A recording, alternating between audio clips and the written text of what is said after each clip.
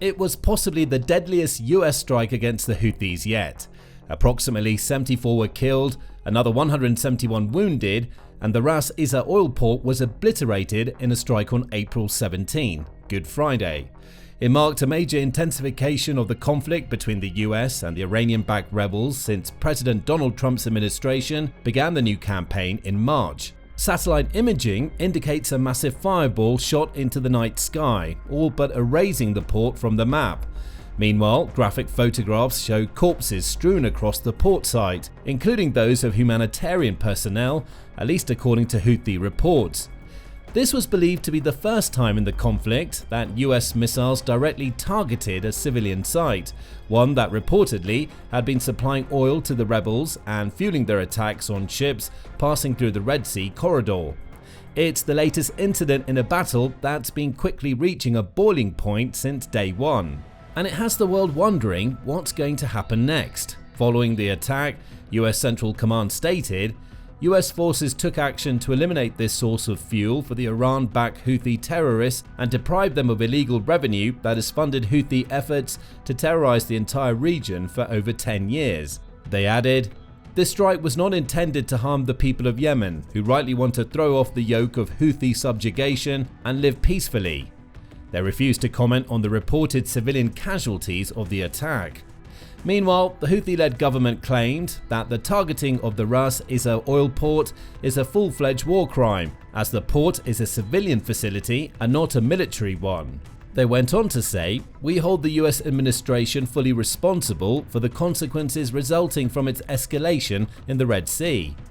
They were joined in condemnation of the US action by the Iranian Foreign Ministry, which strongly condemned the barbaric US airstrike, claiming that the attack was an aggressive crime and a blatant violation of the fundamental principles of the UN Charter. The United Nations Secretary General Antonio Guterres meanwhile expressed grave concern over the airstrikes, the reported civilian casualties, and the likely oil spill into the Red Sea as a potential environmental disaster.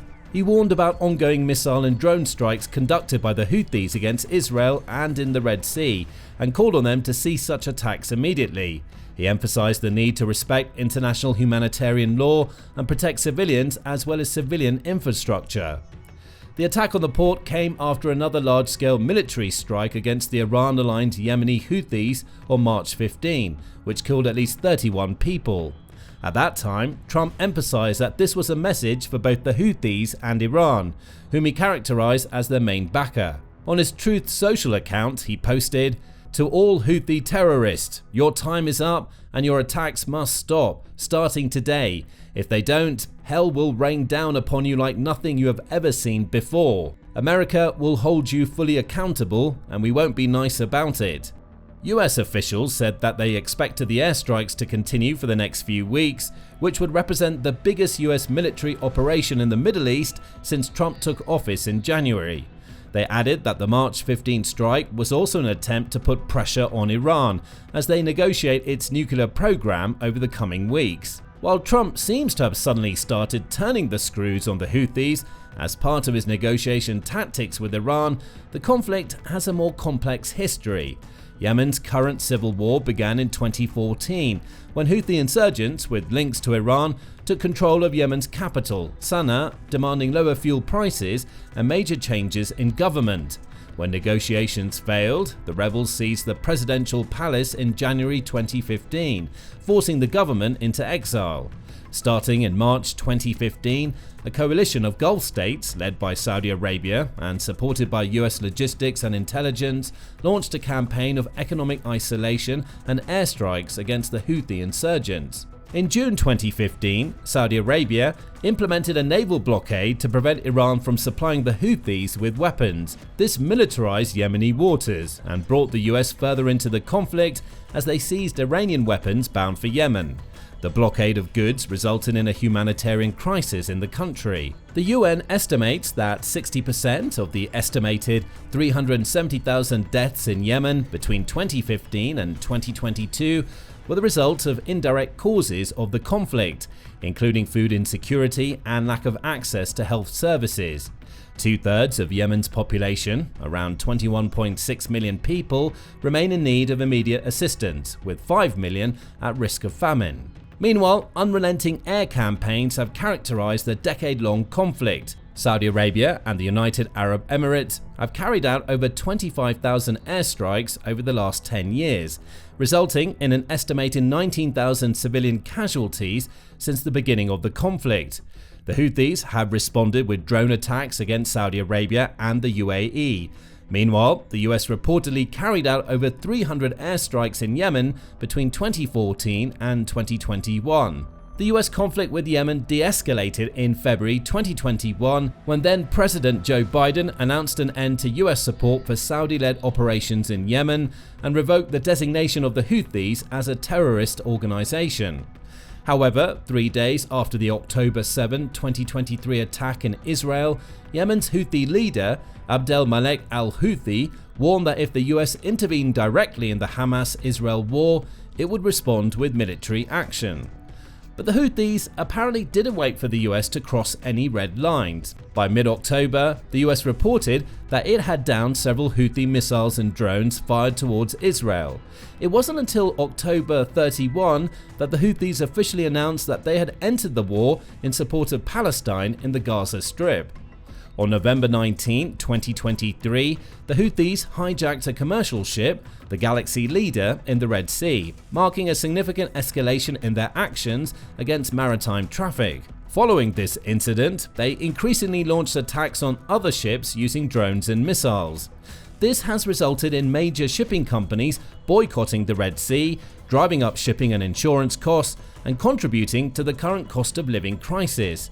The Houthis were reclassified as a terrorist organization in January 2024, when the US and UK carried out coordinated airstrikes on Houthi targets. The Houthis halted attacks following the January 2025 Israel-Hamas ceasefire, but resumed in March in protest of Israeli military operations in Gaza. It was ostensibly in response to the reignition of Houthi activity that President Trump ramped up military action against them to compel the Houthis to end their attacks in the Red Sea. However, the Houthis have resisted and continued to strike US ships and launch attacks against Israel. So far, the Houthis have reportedly targeted more than 100 merchant vessels, sinking 2 and killing 4 sailors. In retaliation, US airstrikes in Yemen have been continuous since March 15. According to Chief Pentagon spokesperson Sean Parnell, the Trump administration is seeking to restore freedom of navigation and re-establish American deterrence. To that end, forces have been striking a range of targets, including military infrastructure, leaders, command and control centers, and commercial infrastructure in Houthi-controlled areas of Yemen. National Security Advisor Mike Waltz claimed that the new campaign has already taken out key Houthi leadership, including their head missileer, though this has not been confirmed by Houthi leaders. In fact, very little information about the airstrikes has been shared by either side, with the majority of information coming from local news sources. The initial strikes were centered on Sana'a, with residents saying that it felt like earthquakes were shaking the city. There were also strikes reported by witnesses in the southwestern city of Taiz and at a power station in the town of Dayan in Sada. On March 18, it was reported that the Marib Governorate, at the front line of conflict between the Houthi rebels and the government in exile, was also targeted. US strikes reportedly focused on the Houthi-controlled Majda district on the western edges of the governorate. The region is home to about 90% of the country's oil and gas. Then, on March 25, there were reportedly 17 airstrikes in Sada Governorate in the northern region of Yemen bordering Saudi Arabia, which is also home of the al-Houthi clan. Military bases and ammunition caches in the region had already been struck during the Biden administration and have been struck almost every day since the start of new operations. It's unclear what areas were targeted during this particularly intense night of strikes. Sana'a, meanwhile, has continued to be targeted since March 15, with strikes hitting military supplies and weapons caches in residential areas, which has also resulted in significant civilian casualties. Yet another strike, this one on March 26, reportedly targeted Sana'a International Airport. Hodeidah, a coastal governorate along the Red Sea, which includes Ras Isa port, has also seen its share of US and UK missile strikes. Local media outlets reported strikes at Salaf Port, Hodeidah International Airport, and an iron factory in the weeks leading up to the deadly Ras Isa strike. The region receives up to 80% of imports to Yemen and provides significant revenue for the terrorist group. It's also home to the Houthis' Al-Khatib naval base. To date, Houthi officials claim US airstrikes have killed 205 civilians and injured another 406, mostly women and children. Considering how frequent US strikes in Yemen have been since mid-March and the reported death toll, why has the Ras Isa incident garnered so much international attention? Primarily, it's because the Houthis claim that Ras Isa is a civilian site and therefore classify the strikes as a war crime. This, and the disturbing images of casualties and destruction released by the Houthis, have only heightened attention to the incident. But was Ras Isa a legitimate target? The Ras Isa port was the terminus of an oil pipeline that stretches about 272 miles to Yemen's energy-rich Marib Governorate. It's located about 38 miles north of Hodeidah and was opened in the 1980s when the region became an oil-rich production site. It was capable of storing up to 3 million barrels of oil, ranking it second in oil storage facilities in the region. In addition, it had a capacity to transport around 200,000 barrels a day from the Marib province to Ras Isa. However, oil exports have been blocked since 2014. The US hinted at the intention to target oil supplies on April 9, when the US State Department issued a new warning about oil shipments to Yemen. A statement from the Department of State read, "The United States will not tolerate any country or commercial entity providing support to foreign terrorist organizations such as the Houthis, including offloading ships and provisioning oil at Houthi-controlled ports. Such actions risk violating US law."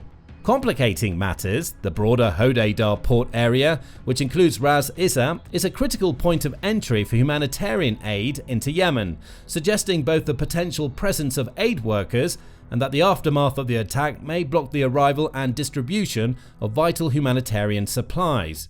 At the start of 2025, the UN began a campaign to raise at least $2.47 billion in humanitarian aid for Yemen and its 19.5 million people who need humanitarian assistance and protection services, with Yemen's most vulnerable and marginalized groups, including women and girls, at highest risk. While the Houthis criticized the choice of target, suggesting that it was a deliberate attack on the impoverished northern region where people rely on the ports as their main conduit for fuel, food and aid, others have criticized the nature of the strikes. A statement by UN Special Envoy for Yemen Hans Grunberg regarding the strikes read in part, "I'm gravely concerned about the impact of the US airstrikes in and around Ras Isa port on civilians, particularly truck drivers and port workers, as well as on civilian infrastructure. The cycle of attacks on the Red Sea by Ansar Allah and US airstrikes in response jeopardizes peace efforts and risks drawing Yemen further into the regional conflict. I therefore repeat my call for restraint, de-escalation, and for protection of civilians and civilian infrastructure by all sides in accordance with international law." Meanwhile, the World Socialist Web suggested that the US employed a double strike, a military tactic of deploying two strikes on the same location, spaced a short amount of time and distance apart to maximize casualties by hitting those who rushed to the scene to help those impacted by the first strike. While the US airstrikes have not generated widespread mainstream criticism within the US, the Trump administration's conduct surrounding the planning of the strikes has been a source of controversy. Jeffrey Goldberg, editor of The Atlantic, disclosed on March 24 that he was inadvertently added to a group signal chat with senior members of the Trump administration, including Defense Secretary Pete Hegseth, discussing imminent attacks. They also referenced an earlier attack in which 53 people, including 5 children, were killed. Since then, the Trump administration has been criticized for its lax data management and the threat to American military security, leading to a major congressional investigation. Despite the criticism that the Ras Isa strike has caused, US operations against the Houthis in Yemen are likely to continue for the foreseeable future. In addition to being linked with the ongoing conflict between Israel and Hamas, the actions also comprise part of the Trump administration's approach to dealing with the Iranian nuclear threat. US and Iranian officials met in Rome on the Saturday following the Ras Isa operation for nuclear talks that were reportedly productive but are likely to continue for some time. There's also the potential for China to be brought into the conflict, with US State Department spokesperson Tammy Bruce accusing Changwon Satellite Technology, a commercial satellite image provider, of directly aiding Iran-backed Houthi rebels in Yemen by providing satellite imagery used to target US and international vessels in the Red Sea. She suggested that the Chinese company was assisting the rebels target US warships and commercial vessels traveling through the Red Sea corridor. It's further been claimed that the company is linked to China's People's Liberation Army, and Bruce suggested that Beijing's support by way of that company, the satellite company, even after we've engaged in discussions with them about this, certainly contradicts their claims of being peace supporters. The US Treasury previously sanctioned the satellite company in 2023 for allegedly providing satellite images to the Wagner Group, a Russian mercenary force, to assist in the conflict in Ukraine. There are also reports that the US is open to supporting a ground assault led by Yemen's government in exile. Whatever happens in the future, for now, US operations in Yemen continue. On April 20, Houthi-affiliated Al Mazira TV reported strikes hitting the Fajatan area in the Ma'in district of Sana'a on a sanitation project in the Azra area, a market in Sana'a's Shub district. While the strike on the Ras Isa oil port has gotten the world's attention, it appears that there will be more to come. But what do you think? How is the current US activity in Yemen likely to be resolved, and what will be the broader consequences? Tell us your opinions in the comment section below, and thank you for watching. And remember to subscribe to The Military Show for more up-to-date news and information about military conflicts around the globe.